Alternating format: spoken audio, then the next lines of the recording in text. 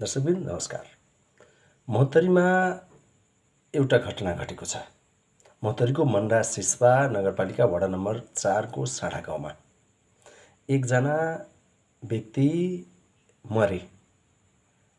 उसका नेपाल प्रहरीमा रहेका पूर्व प्रहरी उसका दाइले उसको छोरीलाई फोन गर्नुभयो, तिम्रो बुवालाई जलाउन तिमीले पैसा पठाउनुपर्छ। उसले पैसा पठाई, पैसा पनि लियो र उसँग के गर्यो त्यो एकचोटि हेरौँ। क्या उनका सामाजिक बहिष्करण किया कल गेले? कल गेले क्रिया कही हम गाया करब, हम पाइ लऽ कऽ भागि जायब। हम कहलकै एक समाज एहिठाम बा क्रिया करबा तऽ आब तऽ हम बजै जे कि हम अकेले काफी छी, फन्ना छी, हमरा आगूमे के आबि सकैया। समाज सब डरि कऽ रातिमे अपन भागि गेल ओहिठाम से। कहलकै आब हू हल्ला करब कि मारि पीट करब, चला काल्हिखन 8 बजे निर्णय करब। 8 बजेमे अपने ओ फेर बैसि कऽ ओहिठाम निर्णय कयलक। तब समाज सब कहलकै ओकरा जे खाय देबही तऽ हमसब नहीं खेबौ। तो ओकरा पंक्तियों नहीं घूमऽ दे, पंक्तियों में नहीं घूमऽ देलकै। समाज सब अपन कयलक धयलक खायलक पीलक। बचिया के 1 लाख रुपया लऽ लेने रहे, मरि गेलै हॉस्पिटल में। तू अपना तरफ से 1 पैसा नहीं देलकै। एकरा फोन कलकै 15,000 विराटनगर से लऽ के अयलै, तखन साँझ में उ लाश गेलै ओहिठाम। क्रिया करला नहीं मान रहल छलखिन कि क्रिया तोहर पापा के नहीं करला देबो त जबरदस्ती पैसा भी लेलखिन। पैसा कते लेलखिन? 1 लाख 1 लाख रुपया लेलखिन। अपने सब क्रियो नहीं केलखिन। क्रिया नहीं। हम इंडिया में छलौं, हमरा फोन आयल पापा के एक्सीडेंट भ गेलै। एक्सीडेंट भ गेलै तऽ हमरा टॉर्चर केलखिन तो पैसा पठा। तो हम अहाँ के इंडिया से पैसा ट्रांसफर केलौं मोबाइल बैंकिंग से। पैसा ट्रांसफर केलौं तकर बाद ओतऽ से हमरा कथी कहै छथिन कि मतलब टॉर्चर केलखिन पहले हमरा कि तोर पापा के नहीं अथी पैसा नहीं पठेबही तऽ नहीं निकालबो लाश कहि कऽ अथी में से हॉस्पिटल में से। तब हम पैसा पठेलौं हुनका, तब लाश निकालि कऽ। तकर बाद हमरा टॉर्चर केलखिन फोन कऽ कऽ। उ तऽ पर्सनली उ हमरा फोन नहीं केलखिन। हुनकर अहाँ के बेटी, हुनकर घरवाली पूरा मतलब कि बुझियौ पूरा फैमिली मिल कऽ हमरा कथी कहै छै टॉर्चर केलखिन कि तू 2 लाख रुपया लऽ कऽ 1.5 लाख रुपया लऽ कऽ तब तोरा आबऽ देबौ, तब तोरा करऽ देबौ, नहीं तऽ तोहर पापा के जाइ छै फेंक देबौ, गया में धऽ देबौ। बहुत रंग के तनाव, बहुत रंग के बात, बहुत रंग के मानसिक टॉर्चर घर में। हमरे टा नहीं, हमर मम्मी के, हमर भाई के, हम सबके। एक तो हमर मम्मी अखन पीड़ित, ऊपर से हुनकर एक तो हुनकर अथी डेथ भ गेलै। ऊपर से मतलब कि एते टॉर्चर केलखिन, घरों में टॉर्चर केलखिन, हमरे टा नहीं। और ऊपर से हम पैसा लऽ के एलौं तो पैसा लऽ के एलौं तो पैसा के पहले हमरा डरा धमका के घर में पैसा लऽ लेलक। आ पैसा लऽ के अहाँ के तकर बाद हमरा कहलखिन जे एतऽ तोहर बाप के क्रिया हम नहीं होबऽ देबो ई जगह पर, ई जमीन पर। तब हम समाज के पकड़ लिए। तब हम कहलिए कि नहीं, हमरा ई बात के निर्णय कऽ दिया कि हमरा से पैसो लऽ लेलखिन। हमरा कहि रहल छथिन जे एहि डीह पर, एहि गाँव में तोहर पापा के श्राद्ध नहीं होबऽ देबो हम, तोरा जतऽ जाके छु ततऽ जाके तू कर। जब ऊ आफ्नो ठुलो बुवा जो नेपाल प्रहरीका पूर्व इन्स्पेक्टर हुन् गोविन्द झालाई भन्दा कुनै टेर पुच्छर लाएन। उल्टै उसको आमालाई पनि पिट्यो रे। त्यसपछि ऊ समाजमा गई र समाजले उसलाई बुझाउँदा सम्झाउँदा उसले केही मानेन, कसैलाई टेरेन। अनि समाजले उसको कुकर्मलाई दण्डित गर्न पुरै सामाजिक रूपमा एकमत भएर उसलाई बहिष्कार गर्यो। त्यसलाई माइनिटिङ गरेर सामाजिक सञ्जालमा पनि राखिए र बहिष्कार गर्नु हुँदैन भन्ने नेपालमा कानुन छ। बहिष्कार गर्नु एउटा अपराध हो। त्यसै अन्तर्गत पूर्व प्रहरीका इन्स्पेक्टर गोविन्द झाले जनसमाजमा पहिला भन्दै पनि आएका थिए रे, ल कसले मलाई के गर्दो रहेछ, मलाई जे मन लाग्छ त्यो गर्छु। अनि समाजले उसलाई बहिष्कार गर्यो। उसले आएर निवेदन दियो र महोत्तरीका प्रहरी गएर 3 जनालाई समातेर ल्याएको छ। वेदाकान्त झा, विनय चन्द्र झा र विमल चन्द्र झालाई। पुरै गाउँलेहरू अहिले रातिमा एसपी कार्यालयको अगाडि आएका थिए कि हामी सबै मिलेर गरेका हौं बहिष्कार, हामीलाई पनि समात्नुस्। नभए समाजका पक्षमा बोलेको, समाजको एउटा निरीह व्यक्तिको पक्षमा बोलेको यी मान्छेहरूलाई छोडिदिनुस्। मैले स्वयं पनि महोत्तरी प्रहरीका प्रमुख प्रकाश मल्लीजीसँग कुरा गरेँ। उहाँले भन्नुभयो छोड्न मिल्दैन।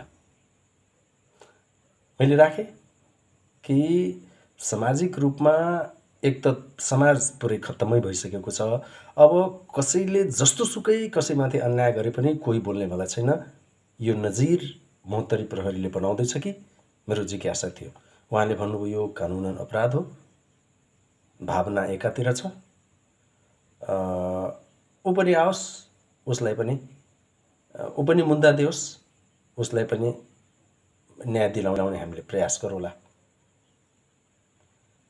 अब कसैले 1000 कसैलाई दिनेवाला छैन। एक त त्यो मरिसकेको बिचराको छोरा छोरी श्रीमती हुनुहुन्छ, पैसा छैन उनीहरूसँग, कसले त्यो मुद्दा लेखाइदिने? वा कसैले जे गरे पनि, आफ्नो बाउआमालाई जे गरे पनि, समाजको कसैलाई जे गरे पनि उसलाई गर्ने छुट छ? हो, एउटा प्रश्न यहाँ पनि छ कि ठिक छ, एसपी साहबको कुरा आफ्नो ठाउँमा एकदम राम्रो छ कि यो कानुनन अपराध हो, तर कानुनले ती त्यस्ता अपराधीको कुरालाई मात्रै सुन्ने, सामाजिक अपराधीलाई बहिष्कार गरेको कुरालाई मात्र हेर्ने, त्यसमा मात्र एक्सन लिने कि अरू कुरामा पनि एक्सन लिने? महोत्तरीमै भन्नुपर्दा धेरै घटनाहरू भएका छन्। ब्याङ्क लुटिएका छन्, धेरैको घरमा डाका दिएको छ, धेरैको मोटरसाइकल खोसिएको छ, धेरैलाई पिटिएको छ। खै त उता पनि त छिटै यस्तै जानु पर्थ्यो नि त न्यायिक रूपमा। एउटा प्रहरीमा काम गरेकै भरमा उसले जे भन्यो त्यही मान्न हामी सक्छौँ कि? त्यसलाई समाजले भनिरहेछ कि प्रहरीले, एसपी साहेबले खास गरी ती प्रहरीलाई संरक्षण गरिराख्नु भएको छ। मूल रूप से गोविंद झा के ई एहसास छलन जे प्रशासकीय महकमा में पुलिस विभाग में हम काज करने छी तो पुलिस विभाग हमरा नियंत्रण में, हम जे कहबे से बात आ समाज की तो कोनो बात नहीं भऽ सके। समाज को धमकी देने छथिन जे हम ई करा देबो, और भावना छलन हुनकर ई जे एहि धिया पुता सबके, मृतक के धिया पुता परिवार के प्रताड़ना दऽ कऽ एहि संपत्ति के हथियाबी आ समाज से नुका कऽ एहि मामला के रफा दफा करी, ई सोच छलन। नहीं तो शुरुआती पोस्टमार्टम लग 15,000 से लग श्राद्ध कर्म में 1.5 लाख 2 लाख रुपया, विभिन्न प्रकार के प्रताड़ना, ओइ मृतक के पत्नी के मारब, बच्चा के धमकाब, और आई जे समाज आई बच्चा, अनाथ बच्चा के संग ठाढ़ भऽ कऽ ओहि श्राद्ध कर्म के पूर्ण रीति रिवाज से, हिंदू रीति रिवाज से संपन्न कयलक, ओ समाज कतऽ दोषी है कि? समाज के लोग खसल के, पड़ल के, दिक्कत वाला लोग के समर्थन कऽ कऽ यदि आगाँ बढ़ि रहल है तो जेल में जाओ।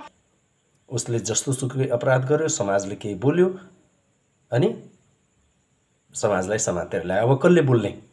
कसैको लागि? एउटा प्रश्न छ हामी सबैको अगाडि।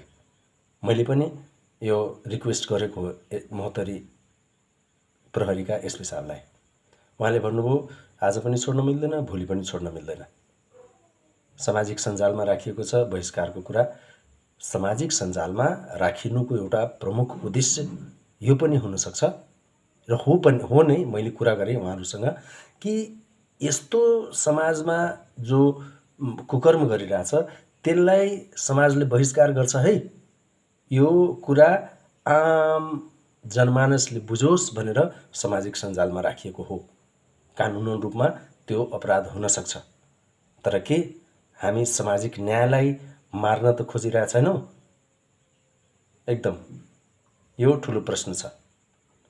कसैले आफ्नो बाउआमालाई घरबाट निकालेको हुन्छ गाउँमा, कोही बोल्नेवाला छैन। बोल्यो भने यस्तै सामाजिक रूपमा उसलाई कुनै दबाब दियो भने यस्तै समातेर गुजिनुपर्छ। यो ठुलो प्रश्न छ हाम्रो लागि। अब तपाईहरू आफ्नो अभिमत दिनुहोस्। महोत्तरी प्रहरीका एसपी प्रकाश मल्लजीले कति राम्रो गर्नुभयो।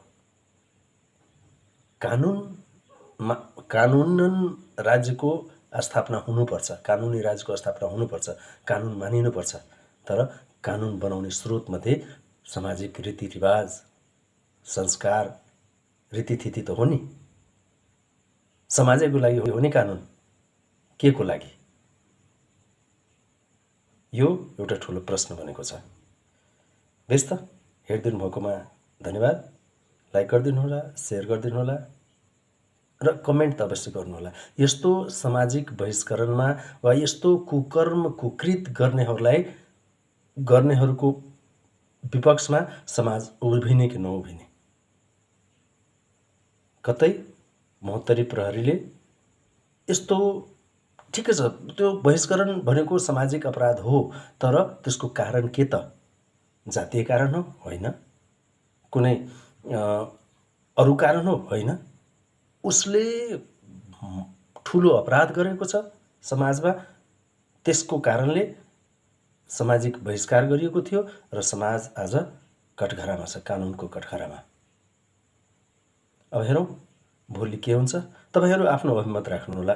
धन्यवाद।